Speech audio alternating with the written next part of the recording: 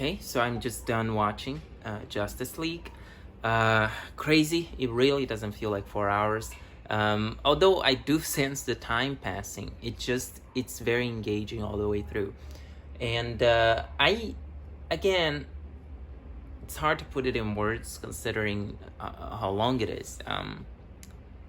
And I am, as a fanboy of the Snyderverse as one can be, well, probably not as one can be, but I really love this world he's created, and this was a beautiful send-off for now, at least.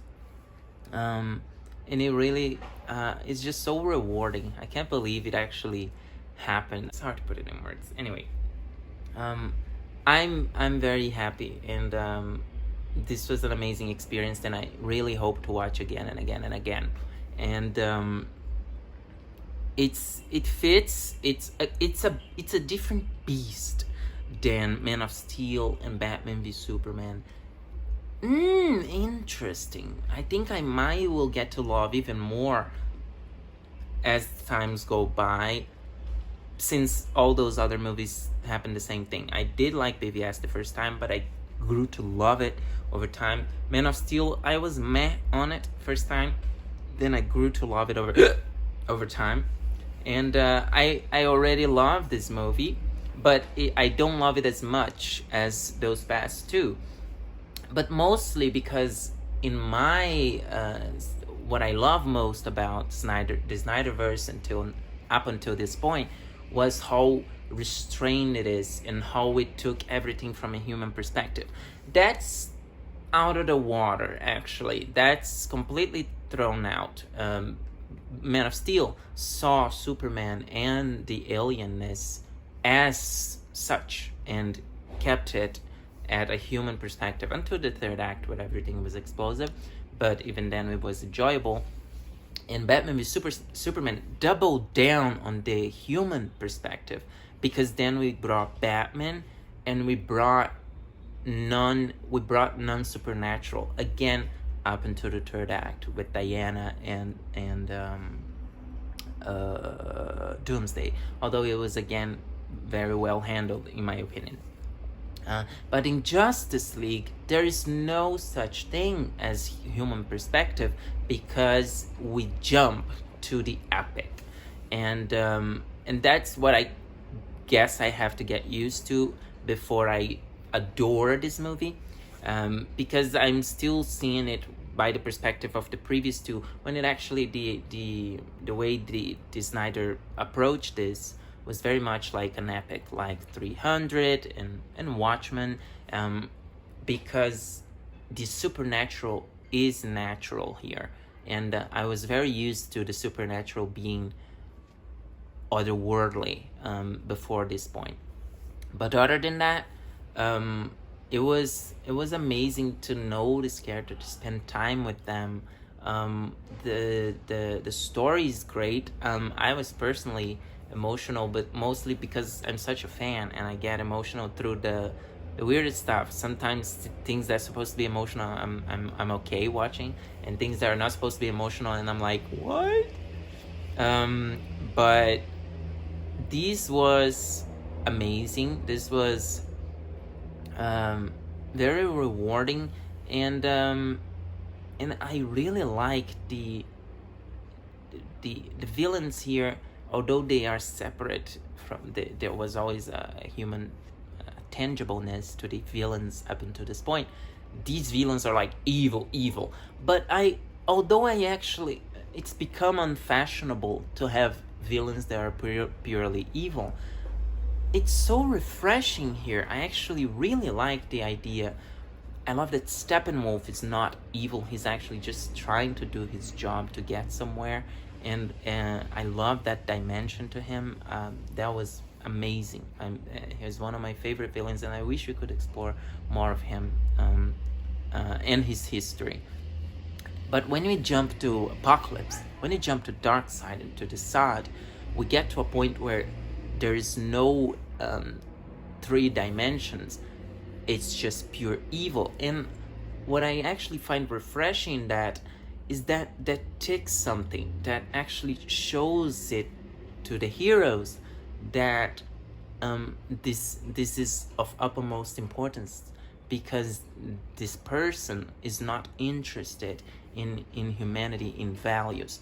He's just interested in being everything, in destroying everything, and that self absorption feeds himself.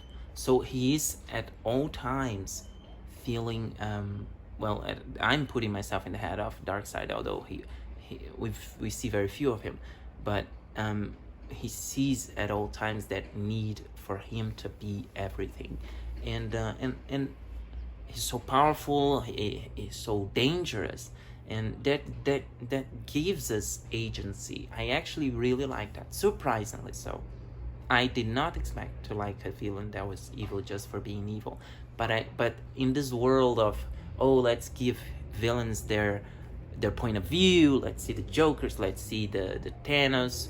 No, he's not trying to show you his point of view. He's gonna kill you and everything, and that's it.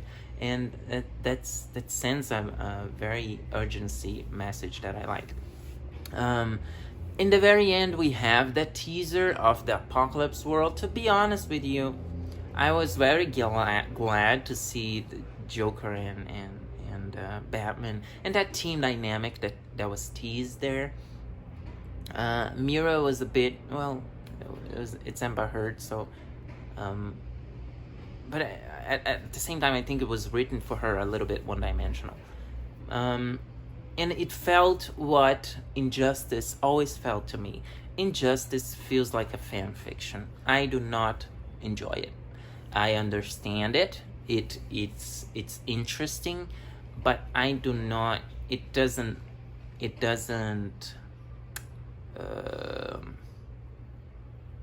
connect with me personally, because it feels like fan fiction. What if Superman was evil? Let's do this, and this, and then he is with Darkseid. No, what if Superman is against Darkseid? Anyway, and when it was teased in BVS, I liked it because I thought it would be a reference to something that would never happen, because we did it successfully. We broke the chain and of time, and we reversed everything, and now we are in the timeline where everything is correct. So that's just a passing possibility, but not a reality. But in that ending scene, it was like, no, it's a reality. Let's explore. Let's go there. And I'm like, okay, let's go there. But it was nice to see the team dynamic. I already got a little bit of that, and there's Mira, the feisty female character. There should be more than one, and Joker is the crazy member that everybody has to endure, and I really like that. And Batman is the team leader, and he's dividing that spot with Joe Manganiello. I forgot the name of the character. Yeah. So so that I enjoyed the team. I did not enjoy that story in general. I will say I'm not anticipating that much. Other than that, it was amazing. It was epic. I can't wait to watch it again. I'm gonna post my reaction. It's everything, especially if you for DC fans, this is amazing, because I'm not a particular DC fan. I love DC, but I'm not a fanboy that knows everything and want to see everything. So I was completely okay with the route Snyder was taking, in the sense of, let's explore it from another angle, and from a darker angle sometimes. In this movie, he goes full on DC lore, and DC fans will love this.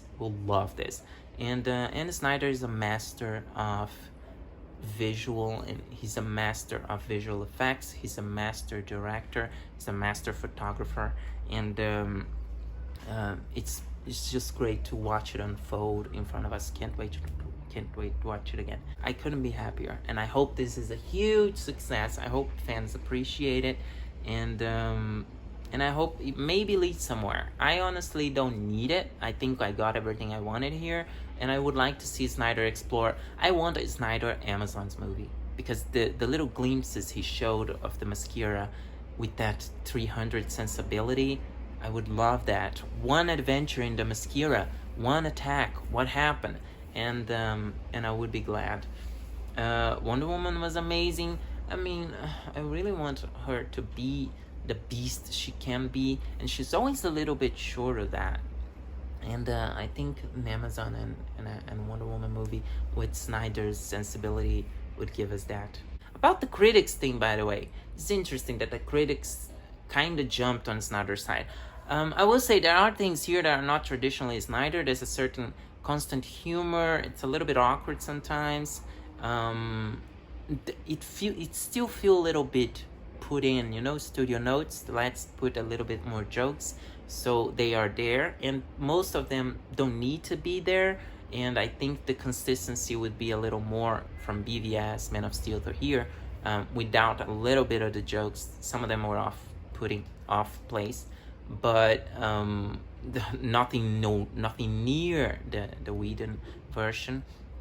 But it's still, I think that might have connected critics a little bit more, because in my head, critics, they simply don't agree with Snyder's style, and that's nothing wrong with that. He's a filmmaker that pleases few people, and that's fine. It's just weird that I think they're seeing their impressions of the history of this movie and his family tragedy gave them a new perspective to see this from another lens, because it's still very Snydery, it's still very music video sometimes, but it's weird how critics are a little bit more positive, in the sense that I don't necessarily think this movie needed. We proved that we like it just the way it is, and critics were adamant that they did not enjoy his movies and they should change.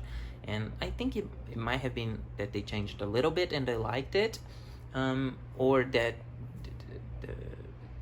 this history of all this gave them some dimension. Anyway, thank you for watching. Subscribe for more. I will post the reactions. It will probably take a while, but it will come. And tell me what you thought of the movie. I really am curious to see how other fans take it in, and I couldn't be happier. I watched the Snyder Cut. I can't believe this.